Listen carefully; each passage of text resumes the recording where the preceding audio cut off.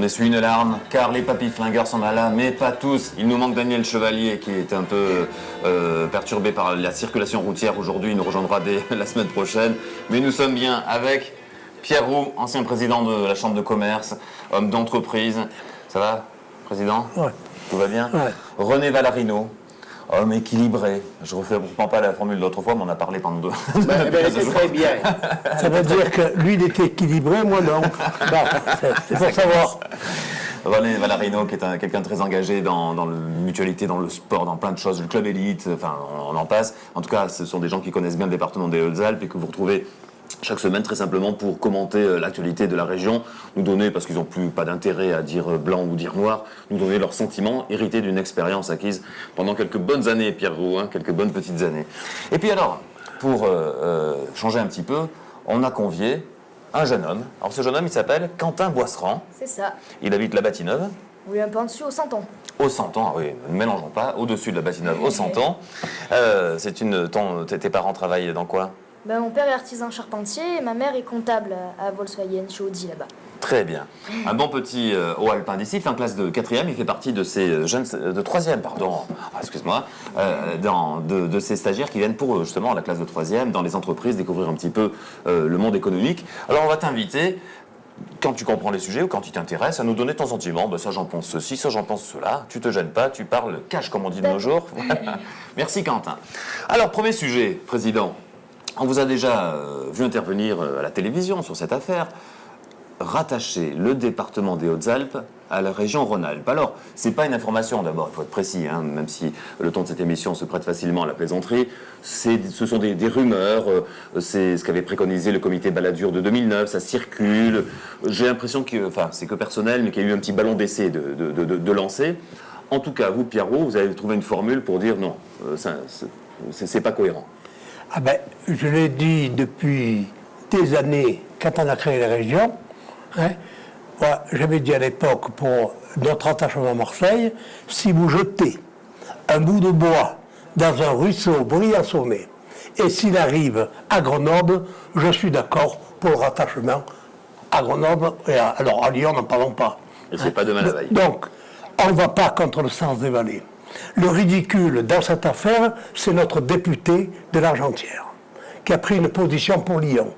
Moi, il faut lui demander, d'une façon, puisque nous sommes devant la télévision, il aura l'occasion d'écouter, lui demander si demain nous étions rattachés à Lyon, il est maire de l'Argentière, un habitant de l'Argentière qui n'a pas de voiture et qui doit aller au chef-lieu de sa région, c'est-à-dire Lyon.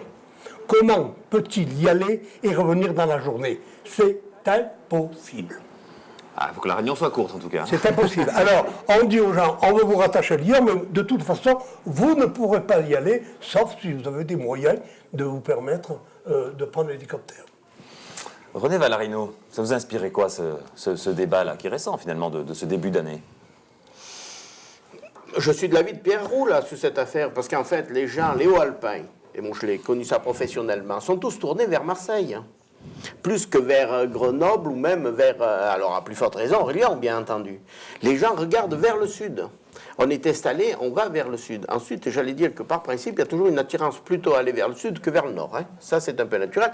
Mais ensuite, il y a quand même des barrières géographiques ici. Quand il faut l'hiver passer le col, soit de Luce, soit Bayard, soit le Lotaret, ça n'est pas simple. Alors que à n'importe quelle période de l'année, on peut assez facilement se rendre à Marseille.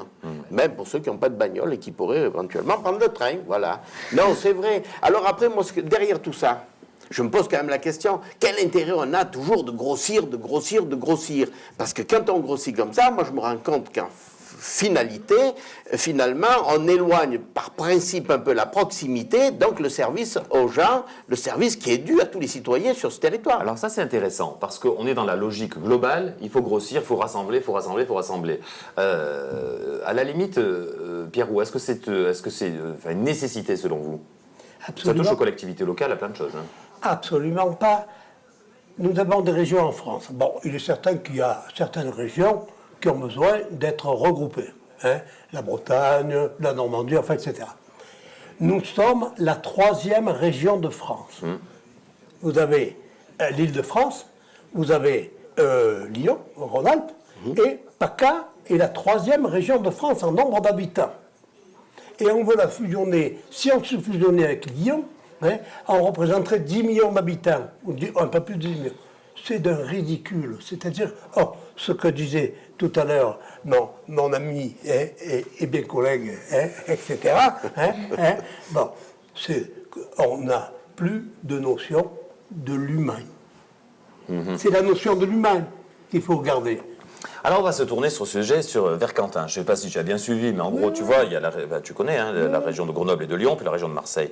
Toi, la Bâtie-Neuve, tes parents, ta famille, tout ça, tu vous sentez plutôt du sud ou dauphinois ou rhône-alpin? Oui, bien plus du sud, parce qu'on a plus tendance à aller vers le sud, comme il dit. Et du coup, ça ferait bien de rester comme ça, quoi. Parce que ça sert à rien de faire une grosse région, ça ferait des inégalités par rapport aux autres qui sont beaucoup plus petites, vu que, comme il dit, on est la 3e plus grande région, quoi. Vous voyez, hein, Pierrot. Ça fait plaisir d'entendre ça. Alors, je voudrais ajouter une chose aussi, c'est que quelle est la ville la plus importante des Hautes-Alpes en nombre d'habitants? Ben, jusque-là, sauf... C'est Marseille. Ah, c'est Marseille. Il y a plus d'habitants de Marseillais, de la région de Marseille, pardon, qui habitent les Hautes-Alpes qu'il y a d'habitants à Gap. Ah, c'est vrai, ça, c'est vrai, c'est Ah, tiens. Ça, il fallait y penser. C'est toute l'histoire des bouchers qui sont descendus. C'est tous ceux qui remontent de Marseille vers qui ont acheté des résidences secondaires, qui viennent, enfin, etc. Vous avez un tas de gens du Sud qui, nous, on a envie d'aller vers la Méditerranée. Mais eux, ils ont envie de venir se purifier chez nous. Vrai, ouais. Nous sommes comment dirais-je, un exutoire de ces régions-là, et il faut le rester. Et nous sommes concurrents avec Rhône-Alpes et complémentaires avec Marseille. Oui. Alors dans l'actualité aussi de ce début d'année, on est là pour refaire un petit point, regarder un peu ce qui se passe, commenter. Il y a, je change bien de sujet, mais ces entreprises du département qui petit à petit, sans que ça fasse un effet de groupe, mais au fil des années, sont de plus en plus cédées à des grands groupes nationaux. Alors on l'a vu récemment avec une entreprise vraiment majeure du département, c'est Rougon-Querel, très belle entreprise, bien tenue, etc. L'un des petits bijoux pour le département des Hautes-Alpes, ben voilà, ils sont légitimes dans leur choix, mais... Ça y est, la main a été passée une nouvelle fois, une entreprise au groupe national, mais qui appartient à des fonds de pension américains. Je cite cet exemple parce que c'est le récent, mais il y a eu l'année dernière 2 ou 3 sessions d'entreprises majeures, là aussi il y a des Américains. Comment vous ressentez ça, Pierre Roux, vous qui avez été en plus président de la Chambre de commerce quelques mois? Non, vous savez, moi je ne veux pas parler de l'entreprise Rougon-Querel parce que je connais, mon père était un ami du père de Jean Rougon, et Jean Rougon était un de mes amis d'enfance. Donc, l'histoire de la famille Rougon et la famille Roux, je la connais par cœur. Le problème n'est pas forcément toujours un problème de récupération par des groupes. Il y a aussi un problème de régler des situations familiales. Et ça ne nous regarde pas. C'est juste. Mais est-ce qu'il n'y a pas quand même, quelque part, un espèce d'épuisement du monde de l'entreprise qui dit, bon, c'est tellement devenu difficile que, bon, j'ai l'occasion, allez, je passe la main. Parce que si on fait bien l'histoire de tout ce qui s'est passé ces dernières années, il y a peut-être des cas de figure particuliers, familiaux, mais il y a d'autres cas de figure aussi où c'est une espèce une lassitude, peut-être, René? Oui, j'en sais rien, je ne sais pas. Puis je ne connais pas, moi, vraiment la situation des frères Rougon aujourd'hui. Mais cette entreprise comme d'autres, il y a eu... apparemment, ils ont une situation qui est parfaitement saine, etc. Oui, ils ont peut-être une bonne opportunité. Ils préfèrent peut-être vendre à AD aujourd'hui que de voir AD s'installer en face de chez eux, quoi. Est-ce qu'on n'est pas en train de perdre quelque chose quand même dans le département, quand on voit les entreprises du BTP qui ont été cédées pour une bonne partie à des grands groupes, etc., il y a de moins en moins de décideurs économiques du coin, quoi. Le problème, c'est pas de voir céder les entreprises, le problème, c'est de savoir si quand elles sont cédées, elles restent sur place. C'est ça notre problème. Or, quand vous prenez l'entreprise, puisqu'on a parlé de Rougon-Querel, elle est rachetée par un groupe qui continuera. À Gap, il y a 70 salariés à l'entreprise Rougon-Querel, et bien demain, il y aura 70 salariés. Ça vous alors pas plus que ce soit Jean, Pierre ou Paul qui la dirige, le problème, c'est qu'elle soit haute-alpine. Et elle reste haute-alpine. C'est ça la vérité. C'est vrai, mais enfin, je comprends ce que dit quand même Jean-Marc, parce qu'il y a quand même toujours un souci